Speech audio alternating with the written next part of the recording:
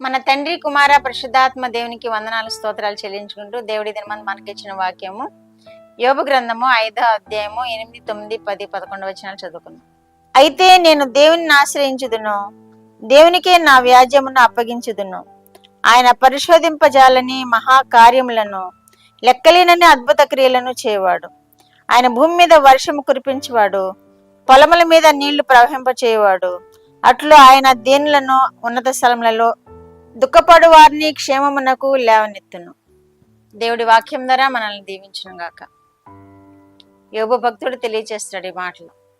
అయితే నేను మొరపెట్టుకుంటే నా దేవుని ఆశ్రయిస్తాను, దేవునికే నేను వ్యాజ్యము వినిపింప చేస్తాను అంటున్నాడు. దేవునికే మనం తెలియచేసుకోవాలి, కానీ మనం ఎక్కడ జవాబు కోసం ఎదురు చూసినా జవాబులు దొరకవు మనకి. మన వ్యాజ్యాన్ని తీర్చే దేవుడు మన దేవుడు కనుక మనం ఆయనకే అప్పచెప్పుకోవాలి. మన వ్యాజ్యమైనా, మన సమస్య అయినా, మన ఏదైనా లోపమైనా, ఏ లోటైనా ఆయన మీద భారం వేసినప్పుడు దేవుడే మనకి సమస్యలను సాల్వ్ చేస్తాడు. దేవుడే మనల్ని ఆదుకుంటాడు, దేవుడే మనల్ని రక్షిస్తాడు. ఇక్కడ యోబు భక్తుడు మాట్లాడుతున్నాడు. ఈ యోబు భక్తుని మిత్రులు మాట్లాడిన విధానాన్ని జ్ఞాపకం చేసుకుని ఈయన జవాబు ఇస్తున్నాడు. అయితే నేను దేవుణ్ణి ఆశ్రయించేదను అంటున్నాడు. దేవుణ్ణి ఆశ్రయించాలి. ఆయన ఎంతో భక్తిపరుడు, ఎంతో ధనవంతుడు, మిత్రులు కలిగిన వాడు, అన్ని సమృద్ధి అయిన స్థితి కలిగిన వాడు. కానీ ఇక్కడ ఆయన స్థితి బాగోలేదు. ఆయన స్థితి అంత కోల్పోయిన వానిగా ఉన్నప్పుడు ఆ మిత్రుల చేత ఆయన ఎక్కువగా నిందింపబడుతూ ఉన్నప్పుడు ఈ మాటలు పలుకుతూ ఉన్నాడు. అయితే నేను నా దేవుణ్ణి ఆశ్రయించేదను అంటున్నాడు. దేవునికే నా వ్యాజ్యమును అప్పగించేదను అంటున్నాడు. మరి మీకు నా వ్యాజ్యాన్ని తెలియచేయడం వల్ల నాకు ప్రయోజనం లేదు అని ఆ మిత్రులతో చెబుతున్నాడు ఈ మాటలు. నేను దేవునికే నా వ్యాజ్యం తెలియచేదను, దేవుణ్ణే నేను ఆశ్రయిస్తాను. ఆయన పరిశోధింపజాలని మహా కార్యములను లెక్కలేని అద్భుత కార్యములను చేయవాడు అంటున్నాడు. అవును కదా, ఆయన పొందాడు కూడా. దేవుణ్ణి ఆశ్రయించి దేవుని మీద ఆధారపడి ప్రతి కీడు నుండి, ప్రతి ప్రమాదం నుండి, ప్రతి ఆపద నుండి ఆయన విడిపింపబడి దేవుని యొక్క మేలులు పొందుకున్నాడని వాక్యములు మనం చూస్తున్నాము. అద్భుత క్రియలను చేయవాడు అంటున్నాడు. ఆయన దీనులను ఉన్నత స్థలములకు ఎక్కించేవాడు అంటున్నాడు. ఈయన స్థితి దీనస్థితిగా వచ్చేసింది.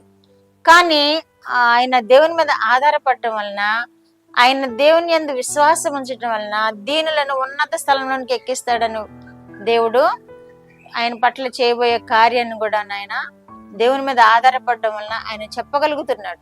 దీనులను ఉన్నతమైన స్థలంలోనికి ఎక్కించును అంటున్నాడు. ఈయన దీనస్థితిలో ఉన్నప్పుడు దేవుడు ఆయన మొర విన్నాడు, ఆయన వ్యాజ్యం విన్నాడు.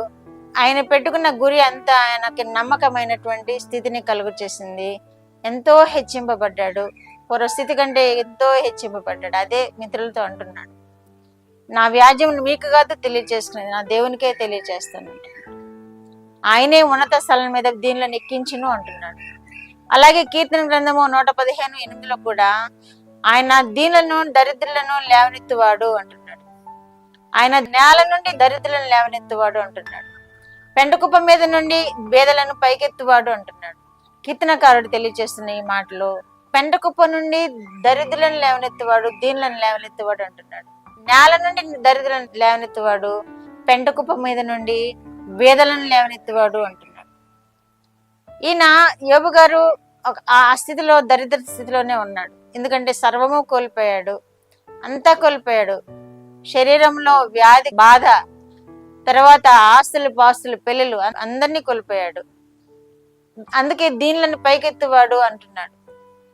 అద్భుత క్రియలు ఆయనే చేసే దేవుడు అంటున్నాడు. కనుక ఈ కీర్తనకారుడు కూడా బీదలను దరిద్రత నుండి లేవనెత్తేవాడు ఆయనే, పెండుకొప్పల మీద ఉన్న దీనులను పైకెత్తేవాడు ఆయనే అని కూడా అంటున్నాడు. ఈ వాక్యాలను మనం జ్ఞాపకం చేసుకొని, మనం ఏమైనా దీనస్థితిలో ఉన్నామేమో, మనం ఏమైనా అక్కరగొని ఉన్నామేమో, మనం ఏమైనా లేమి కొని ఉన్నామేమో జ్ఞాపకం చేసుకుని దేవుని ఎడల మనము ఆశ కలిగి ఆయన వైపు చూచినప్పుడు మనల్ని లేవనెత్తే దేవుడుగా ఉన్నాడు, మనల్ని ఆశీర్వదించే దేవుడుగా ఉన్నాడు, మన లేమి నుండి మనల్ని తప్పించి మనల్ని పైకెత్తే దేవుడుగా ఉన్నాడు. ప్రార్థన. మా దేవ, మా ప్రియ పరలోక ప్రభువా, మీ పరిశుద్ధ పాదములకు వందనాలు, స్తోత్రాలు. మా రక్షకుడైన యేసుక్రీస్తు దేవా స్తోత్రములు, పరిశుద్ధాత్మ దేవ స్తోత్రములు. ఇచ్చిన వాక్యం కొరకు స్తోత్రం ప్రభువా. నాయనా యోబు భక్తుడిని మేము ఆధారం చేసుకుని వృద్ధి చెందినట్లుగా నాయన కీర్తనకారుడు నాయన మా ప్రభు మీరు చేసే మేళ్లను ఏ విధముగా వర్ణించాడో ఆ విధముగా ప్రభు ఆ వాక్యాలను జ్ఞాపకం చేసుకుని నాయన ఏదైనా తక్కువ స్థితిలో ఉంటే ప్రభు, ఏదైనా అవసరతలు ఉంటే, ఏదైనా లేమిలో ఉంటే బిడ్డలు కూడా మిమ్మల్ని ఆశ్రయించి వారి సమృద్ధిని పొందుకునే భాగ్యం దయచేయమని యేసుక్రీస్తు వారి పేరిటి మనవులు మీ పాదములైతే వేడుకుంటున్నాను పరమ తండ్రి. ఆమేన్.